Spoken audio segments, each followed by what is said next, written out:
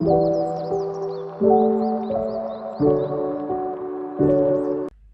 y'all, what's up and welcome back. So today is going to be kind of a different kind of video. It's going to be like a story time / me trying to be inspirational. So for those of y'all who didn't know, I'm a lesbian. Figured that out very recently. I knew I was into girls, I just thought I was bi, but anyways. So today is going to be the story of basically my first kiss and like what that means to me, if that makes sense. And hopefully a little inspiration to make queer kids feel less alone. So I found out I liked girls very, very young. Like I was in like 5th grade, I think. And I remember I had this one friend who came out to me as a lesbian, and I was like, I don't know what that is. What does that mean? So she explained it to me, and literally, like I think it was like 2 weeks to a month later, she moved out of the state. But I just, like that inspired me because I was like, wait, I didn't know that was a thing I could know yet. I didn't know that was an option, you know what I mean? So after that, I started like doing some internal reflection, or as much as you can do when you're like 10, 11. And I decided that I like girls. Now, I didn't tell anybody. I thought I was bi at first, which I didn't realize I was a lesbian until very recently, but anyways, I thought I was bi at first. And then came 6th grade. I had this best friend. I'm not gonna name her name for privacy reasons, obviously, but she was super sweet.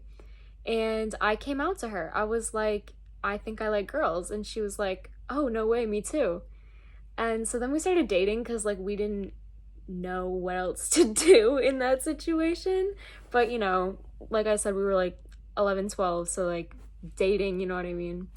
But honestly, I just feel very lucky that I was able to have the experience of having my first kiss with a girl, my first partner being a girl, like all those like quintessential experiences of figuring out who you are. I feel like I was very, very lucky.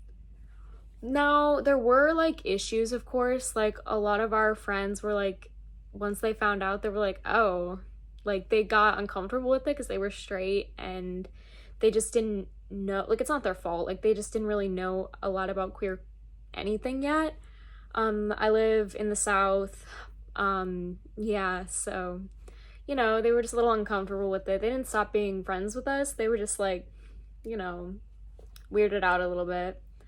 And I remember my first girlfriend, her mother made us break up because the mom didn't believe that the girl was actually into women, and she thought I was like peer pressuring her and like influencing her. So I haven't seen that girl in a really, really long time, but I hope she's doing okay. I still follow her on Instagram, and I think she appears to be doing well. I think she's doing all right. But yeah, it wasn't without struggle, and that's honestly why I'm here, is to just say like, I don't know, I feel like it's good for kids to have queer role models. Well, queer kids to have queer role models. I mean, straight kids and cis kids can have queer role models too, but it's less vital, you know what I mean? And I just think it's important, since it's Pride Month, to have some open conversations about it, you know, just chat. There are plenty of resources, you know, the Trevor Project, look that up if you don't know what it is. It's basically like, it started as a hotline for queer youth, and it's branched into a lot more than that now.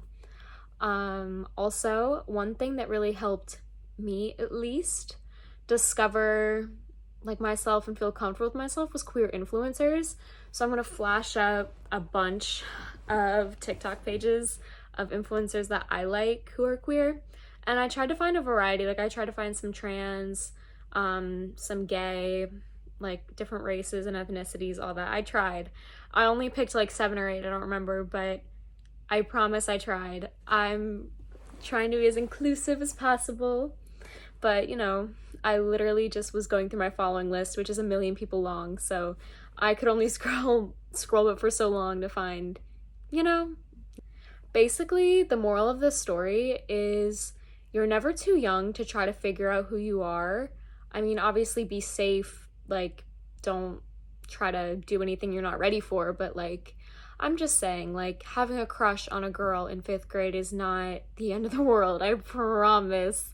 Or even earlier than that, it doesn't matter. Or experimenting with your gender and clothing and just your self-expression. And if you feel unsafe, obviously don't push your safety at risk, but I mean, don't be afraid to be who you are. Be loud, be proud, all that. That sounds so corny, but it's true.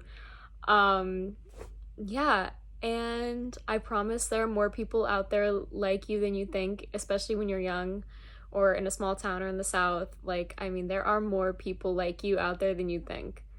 Like, a lot of people just either haven't come to terms with it yet or are too scared to say anything. So, all right, well, that was sort of a rambly video, but I just wanted to do that for Pride Month.